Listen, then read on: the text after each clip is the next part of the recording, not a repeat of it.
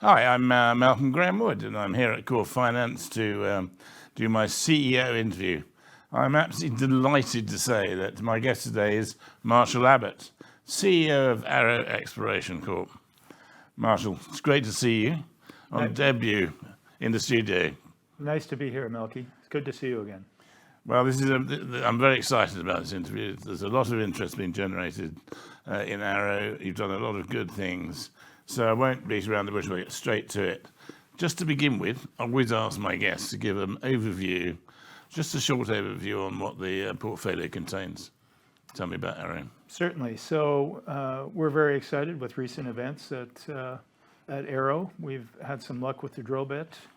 And when you boil down to it, it's the rights that we own in Colombia that offer significant opportunity, material gains in both production and reserves. We've got a fully complemented team in country that gets this done very quickly and exploiting as good stewards of the land and the minerals. Economics are fabulous. Yeah. They're top tier in the world for sure. And we enjoy excellent netbacks. Wells pay out very quickly. We've got significant land holdings in country, over 150 square miles. We most recently shot a 100 square mile 3D seismic survey that's going to give us running room into 2024, 2025. But more exciting is the drilling that we've recently done on the Tapir block in the Llanos Basin. Mm-hmm. And we've had significant discoveries there that are quite material to the company. Excellent. Well, I'd like to have a look in detail at Qatar, not because you announced an update on the drilling program, which is now finished at CN1, Yes. only this morning. Yes. And the news from there appears to be fantastic. So why don't you give us a bit of detail, because this well has really come in nicely, hasn't it? It has, above expectations to be sure. So that well was drilled to 9,800 feet. It took us just over 10 days to get down there. Came in under budget, and we had 140 feet of pay in 4 different horizons. We tested the basal horizon called the Ubaki. Flow rates there were about 1,200 barrels a day. That's 50 feet thick. And so just on a minimal acreage perspective, we have 160 acres on that. That's over 2 million barrels, recoverable crude. So that's a very exciting discovery. We then moved up hole to the Gachetta, which we'll talk about later, and primarily to the C7 series. Yeah. And there are 3 separate reservoirs there, and that tested at various rates. It flowed on its own, 1,200 barrels a day, very light sweet crude, excellent netbacks. We net back $56 a barrel on that. So that's provided excellent production uplift and reserve adds on its own, and it's proven up at least another 2 wells. In fact, we see it ultimately being a 10 to 15 well program at the Carrizales Norte structure. And you would go through each of those formations one after the other, would you? So you keep behind pipe some of the ones that you know that it's there, and you'll produce from just the C7 or the Carbonara or whatever it to be, and then keep coming back to them. That's correct. So we'll be drilling from isolated pads. Each pad could have up to 10 wells per pad. And ultimately, we'll be producing dedicated wells out of each one of those zones. So we could have upwards of 20 wells on this drilling program, exploiting every zone as fast as we possibly can. And is this trucked away? All the you find here, this is trucked away, or is the pipeline capacity, or? It's trucked away. So the way it works where we are, because our oil is so light, we have other operating companies come in and take our crude right at the wellhead. Yeah. So that removes any transportation risk. We get monetized right at the wellhead. And typically there's a $5 differential off Brent. And that covers all the costs of these guys coming in and trucking to their particular heavy oil asset. Yeah. We might come back if we have time to Carrizales, but of course the Rio Bravo Este, the RCE wells, which you drilled before this, were also incredibly exciting. So tell us about what happened there. So we've drilled 5 wells at RCE, targeting the C7 series right Yep. at the top of the stack. We've also proven up Gachetta and Ubaki. Yeah. So it's our intent, once we're finished drilling Carrizales 3, we're going to move that rig back to the RCE structure and drill 2 Gachetta wells and 1 C7 well in addition at the south end of that block. We're also going to recomplete RCE1, which is doing about 150 barrels a day, but 2,500 barrels a day of water. Well, And we're going to convert that to a Gachetta producer. right.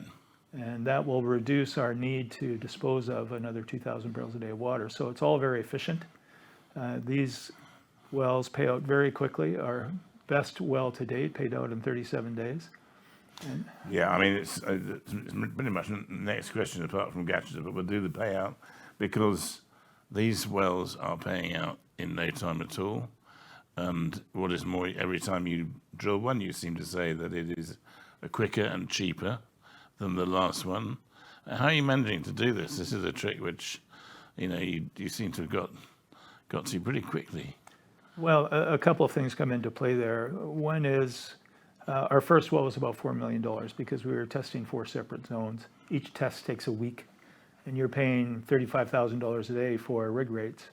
So now we've drilled these wells in 12 days, spud to rig release. So it's much quicker, Yeah. almost half the cost, and at that particular cost, they pay out very quickly. But it's the team getting used to efficiently exploiting the mechanical uphole and the mechanical downhole. Yeah. So it's the expertise of our team in Colombia, really. And almost all the wells that you've drilled so far have they've exceeded pre-drill expectations, I would have said, in almost all the ones that I've looked at. And because you're looking at the C7 particularly. You mentioned the Gachetta, you pronounce it differently, but I like the way you pronounce it, actually. but the way it has been successful at RC, but wasn't in the last well that you drilled. Is there any, that's come as a surprise, or is it just not always there? Well, the Gachetta that we tested at Carrizales Norte was on its own almost 50 feet thick. Yeah. And so we perforated the top 10 feet. And we did get some flow back. Yeah. And, instantaneous rates were 500 barrels a day, but the well quickly had a fluid level here that went down to there. Yeah. And so we said, let's stop it. The next well we drill, we'll perforate a much broader zone and tie into probably the better reservoir at the base of that. All right. So it's not written off, it's just a different approach. That's otherwise. right. That's right. Yeah. It had 26% porosity, and we know it'll flow on its own. Yeah.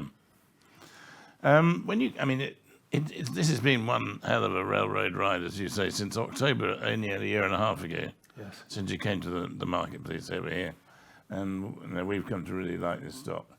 When you came over, you said you were going to target, I think, 3,000 barrels a day by March, which is pretty much done because you had you're losing 300 barrels a day through that you can't collect That's right. at the moment. And at the moment, I understand from today's note that you're doing between 2,700 and 2,900. That's correct. So, you've done that. You also snuck in quite an interesting further target that you would do 10,000 barrels a day within the next 3 years. Am I right in thinking that? Or? Yeah, we feel pretty comfortable with that. We think that with the assets we have in hand on the Tapir block and on getting approval at Oso Pardo, Yeah. that line of sight to 10,000 is going to be pretty straightforward for us. So, I think you'll see us expanding the drilling program at Carrizales Norte based on the zones that we've encountered there. And we feel we've got 4,000 barrels a day just waiting for us to exploit at the Oso Pardo asset. So 10,000 barrels a day is our focus. We feel comfortable getting there without getting any new blocks or with no acquisitions. And we're active on the acquisition front as well. I'll come back to that in a second. It's extremely encouraging. And in terms of reserves, you're proving up reserves every barrel that you bring on, presumably, and you update the reserves quite regularly, don't you? Yeah, so we plan to do a mid-year update on the reserve picture. It's going to be a material addition on both proven developed producing and proven undeveloped and probable. And we're going to throw 3P in there as well, just to show where we think the typical upside is. And let me just address the 3P for a second. So Yep. the Carrizales Norte structure on its own is a fault-bounded structure. And when you get three-way closure around that, your chance of success is upwards of 90%. We have two fault systems parallel. We're only exploiting the single fault. We're ultimately going to exploit the secondary fault as well. Right. And so that'll be a 3P addition. But again, that's very exciting and material to the company. Indeed.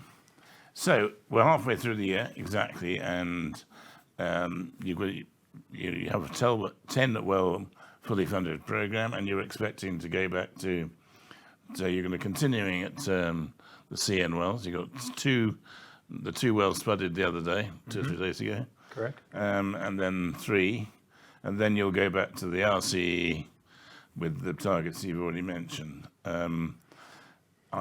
Before we go on to Ossipado, there's nothing else to add from those. You're just going to drill out those wells. Nothing's changed as a result of what you've had here already. They just got better. It's better than expected. So these wells, we could produce them at very aggressive rates, and we've used forecast rates of 360 barrels a day net. The plan is to finish the 3-well program at Carrizales, move to RCE. While we're doing that, we're expanding the pad at Carrizales to handle more wells. Right. And we're doing the same thing at RCE right now. So you've got scope in both pads to do that. That's right, to add significant locations. So Yeah. we can have up to 20 well pads if we're so That's good. inclined. And they're accessible, so that's Yes, we spent a considerable amount on an access road to get us Yeah. through the rainy season, so we are all-weather armed. excellent. Now, the other 2 wells are the 2 development wells in the middle Magdalena Basin. Is that right? That's correct. Or mid Magdalena Basin. Tell us about those, because we need to know, we don't know that much. We know all about the other ones now, but Sure. So that's on the Oso Pardo asset. yeah. Oso Pardo in Spanish is brown bear. All right. So we call it the brown bear prospect. Good. So we have 3 wells that produce there now, about 150 barrels a day. They've done in aggregate 600,000 barrels. We know that there's a bigger accumulation there. So we are going to commit to the ANH that we're going to drill these 2 wells in hopes of getting our extension granted. Right. And so that's a strategy there. Those wells can come on at anywhere between 400 and 800 barrels a day. So they're very prolific in their own right. And they're only at 3,000 feet, so cheaper to get to. Yeah. So you're hoping to get the extension, which will then mean you'll be able to do, drill further in the same through the same. That's right. We would dedicate its own rig, and we'd be drilling Right, yeah. 4 pads with 5 wells per pad. And we feel that after declines, we'll settle out at around 4,000 barrels a day. So the end, Ossipado is going to start towards the end of this calendar year, Correct. and then hopefully it'll be something that'll be in place, in perpetuity next year and the year after, just That's right. drilling those development wells. Because they're development wells, that's the nature of them, I guess. Our entire program right now for the next 18 months is low-risk development wells. Are any of these wells in Ossipado dependent on getting the government approval, or is the government approval upside? The government approval is upside. Yeah. And we might as well talk about, now we've talked about government. Colombia has always been an interesting place. I've had fascinating times there, and the people who've been watching Arrow really believe in the story. But we know that it has its own problems in terms of some people think that there are terrorist problems or social problems or political problems, and we've seen some companies exiting Colombia in the last few years. I wouldn't mind if you could just give me your idea on the political situation. I hear there's a new energy minister. Yes. Why don't you tell me a bit about Colombia? Because people investing the money, they like me, they're very happy because I've been there 3 times and I know what it's like. But some people think wrong about Colombia. Well, the way we view Colombia is it's Klondike Days there. There's significant advantage to people who are playing in that basin right now. From a government perspective, the leftist government was elected in almost a year ago. Their polling indicates that they only get a 23% favorable rating based on the programs they've tried to introduce. And what they've done on the oil front is increase the taxation. And we have significant pools that offset any kind of taxable income to us. We like the fiscal regime that's in place. Yep. So I can drill 1,000 barrel a day wells and pay 12% royalty. If I drilled those in Canada, I'd be paying a 40% royalty. Yeah. And you don't have that kind of upside on Canadian stuff. Don't talk about the UK, by the way, in terms of fiscal policy. And from a fiscal regime standpoint in Latin America, it's the best. Yeah. And I think what we're seeing now is some of these companies that are harvesting are into the increased taxation. So our taxable rate on our stuff would be about 20%. If you're just harvesting, that gets upwards of 40%. Yeah. So they can deploy their capital elsewhere.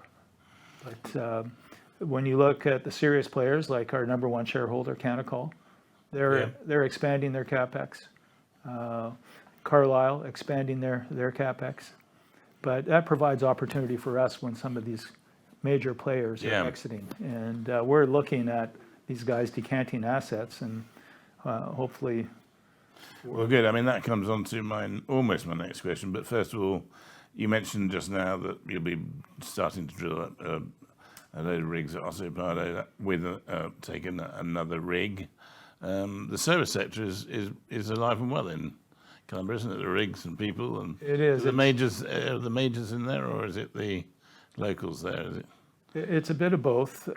From the drilling company perspective, there's a Canadian drilling presence down there.